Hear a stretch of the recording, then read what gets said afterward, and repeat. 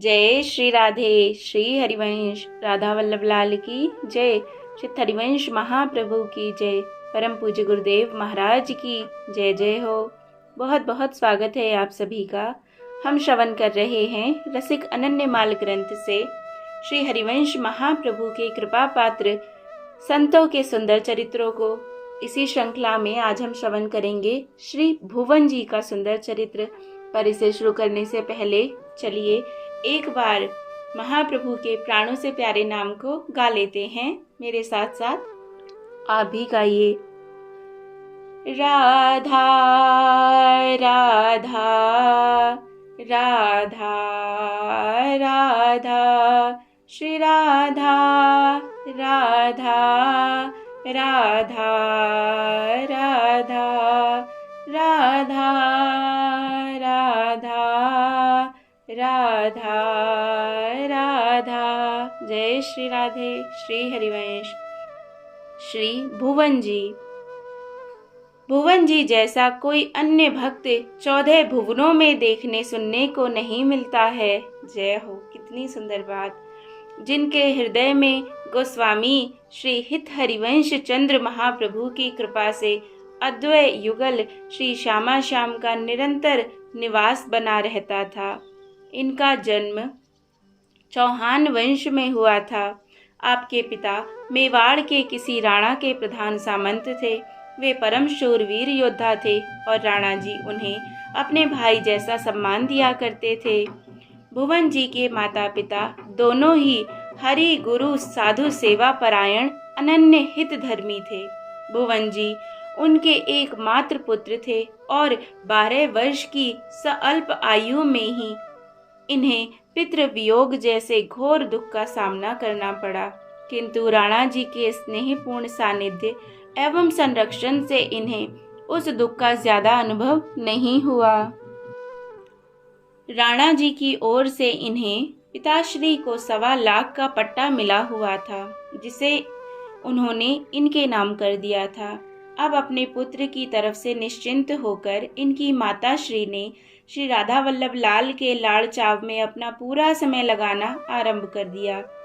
बालक भुवन जाति स्वभाव अनुसार समवयस्क बालकों के साथ शिकार खेलने में मग्न रहा करते थे।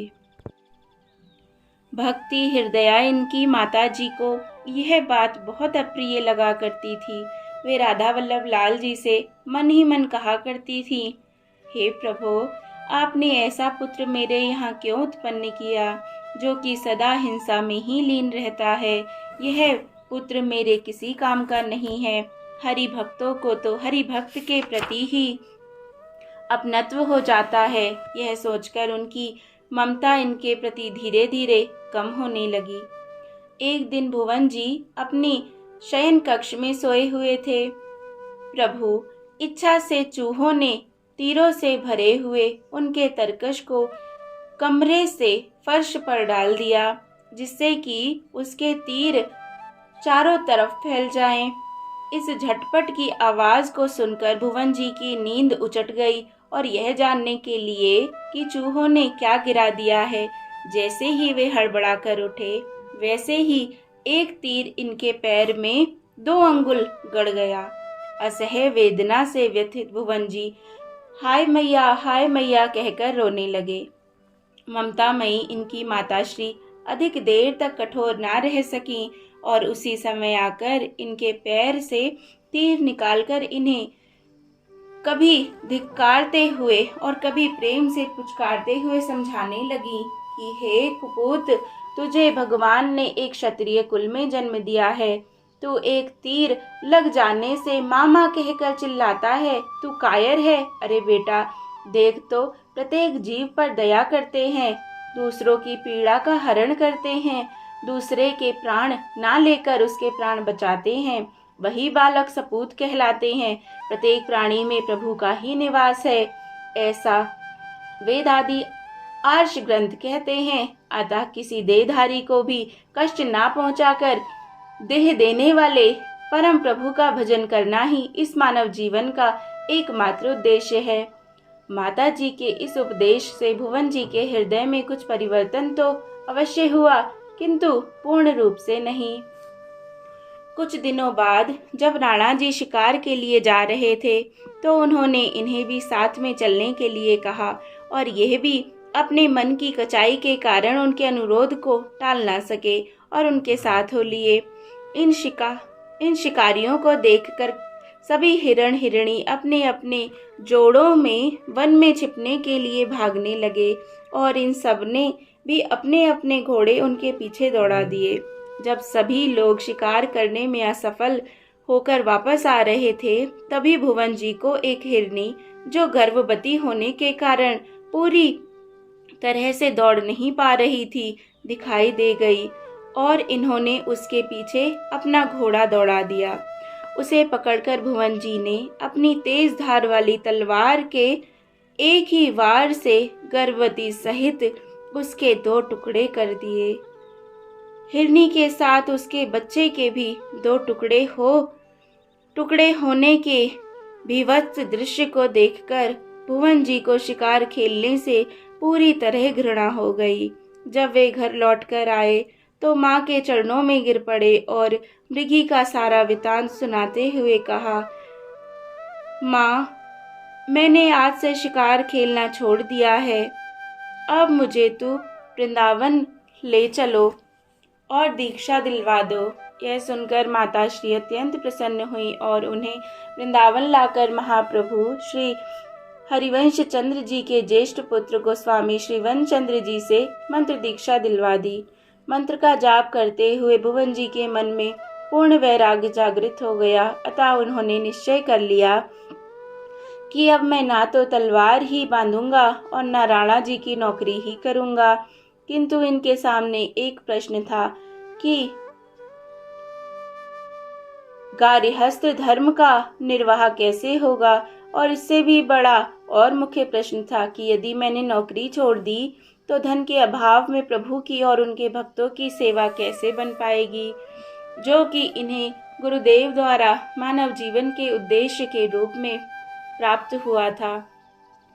तब इन्होंने यह निश्चय किया कि बिना तलवार के तो कार्य चलता दिखाई नहीं देता, अतः मैं अब लोहे की तलवार के स्थान पर काठ की तलवार बांधा करूंगा।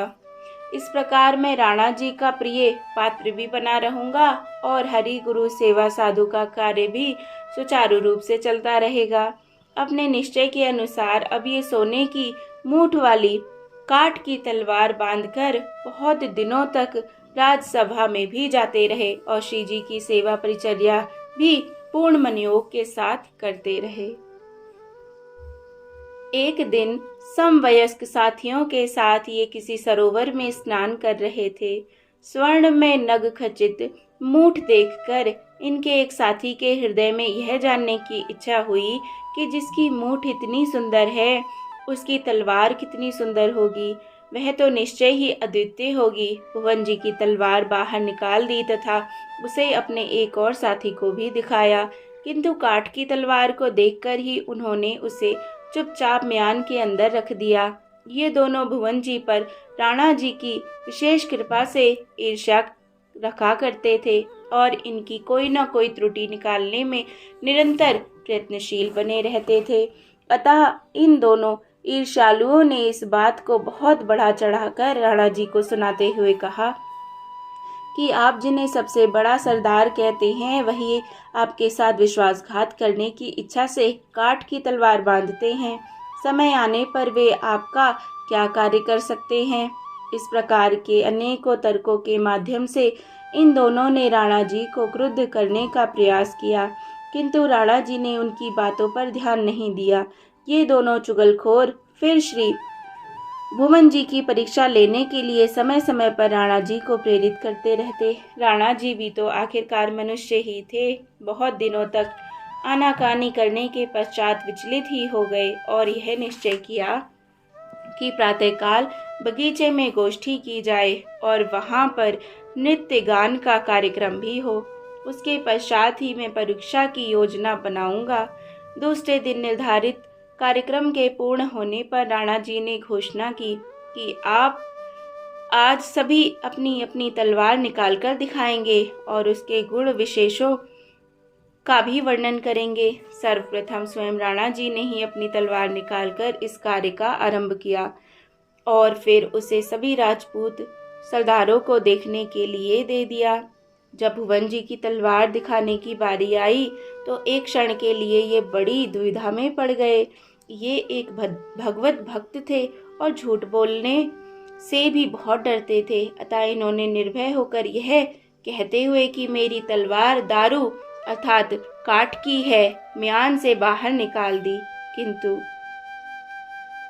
प्रभु तो अपने भक्तों की लज्जा को अपनी लज्जा और उनकी मान रक्षा को अपनी मान रक्षा समझते हैं, अतः उनके मुख से दारू काठ ना निकलकर सार लोहा निकला और वह काठ की तलवार विद्युत प्रभा वाली लोहे की हो गई। जय हो, जय हो। जिसकी चकाचौंध से राणा जी सहित सभी उपस्थित राजपूत सरदारों के नेत्र बंद हो गए और भयभीत होते हुए उन्होंने इनसे उसे म्यान में रखने की प्रार्थना की। राणा जी भुवन जी पर अविश्वास करने का पश्चाताप करने लगे।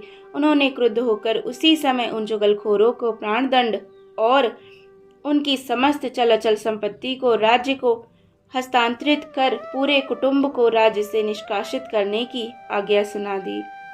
निष्पाप चुगलों की यह दशा देखकर सहज कृपालु भुवन जी का भक्त हृदय रो उठा और इन्होंने उसी समय वास्तविकता से अवगत कराते हुए कहा कि यह जीव जगत स्वतंत्रता पूर्वक कोई कार्य नहीं करता। प्रभु की माया अथवा प्रभु की इच्छा जिस प्रकार इसे नचाती है उसे नाचना पड़ता है। भगवान जो कुछ भी करते हैं वे अच्छा ही करते हैं, इनका कुछ भी दोष नहीं है, क्योंकि इन्होंने आपसे सत्य बात ही कही थी। मेरी तलवार काठ की ही थी, परंतु प्रभु ने ना जाने क्यों मेरी लाज रखने के लिए इसे उस समय लोहे की बना दिया। इस प्रकार परम दयालु भक्त भुवन जी ने चुगलों की प्राण रक्षा करके जगत के सामने मानवता का आदर्श प्रतिष्ठित किया। इस घटना ने राणा जी के मन को बहुत अधिक प्रभावित किया और उस दिन से वे भुवन जी पर विशेष श्रद्धा रखने लगे। अब उन्होंने भुवन जी को वस्त्राभूषण, घोड़े, गाय एवं धन संपत्ति आदि देने के साथ साथ पूर्व से इन्हें दिए गए 1.25 लाख के पट्टे को 1.25 गुना कर दिया। उसने इनसे यह प्रार्थना भी की, अब आप निश्चिंत हो श्री जी की सेवा कीजिए। अब मैं स्वयं ही आपकी सेवा में समुपस्थित हुआ करूंगा। इसके बाद भुवन जी प्रतिदिन अपने 3 घंटे तक श्री जी की सेवा अत्यंत अनुराग के साथ किया करते और फिर राज दरबार में पहुंचकर राज कार्यों को निपटाया करते। अपनी शूरवीरता के बल पर भुवन जी ने राणा जी के बहुत बड़े बड़े काम किए और उनसे बहुत सम्मान प्राप्त किया। जय जय श्री राधे, जय जय श्री राधे, जय जय श्री राधे श्याम। देखिए, जो भगवान के भक्त होते हैं ना, उनका इहलोक तो सुधरता ही है और उहलोक भी सुधर जाता है। अर्थात मरना तो सबको है और मरने के बाद कहीं ना कहीं तो जाएंगे, तो नरक नहीं जाते। हमारे जो भगवान के भक्त होते भगवान के धाम को जाते हैं। यहाँ पर चाहे कोई कितनी ही मेहनत कितना ही कुछ कर ले, वो संसारी सफलता तो प्राप्त कर सकता है, लेकिन अगर भक्ति नहीं करता तो उसका उहलोक नहीं सुधरता और मरने के बाद वो फिर निश्चित ही नरक को जाता है। तो क्यों ना बुद्धिमानी से यही किया जाए। सभी कार्य करते करते थोड़ी पूजा सेवा भगवान की भी करते रहें। बस इससे ही भगवान हमारे प्रसन्न हो जाएंगे और हमें नरक का मुंह कभी नहीं देखना पड़ेगा। जय जय श्री राधे। और भी आगे हम बड़े ही सुंदर सुंदर अध्यायों का श्रवण करेंगे। अगर आपने चैनल को सब्सक्राइब ना किया हो तो ज़रूर करें। जय श्री राधे। श्री हरिवंश राधा वल्लभ लाल की जय हो।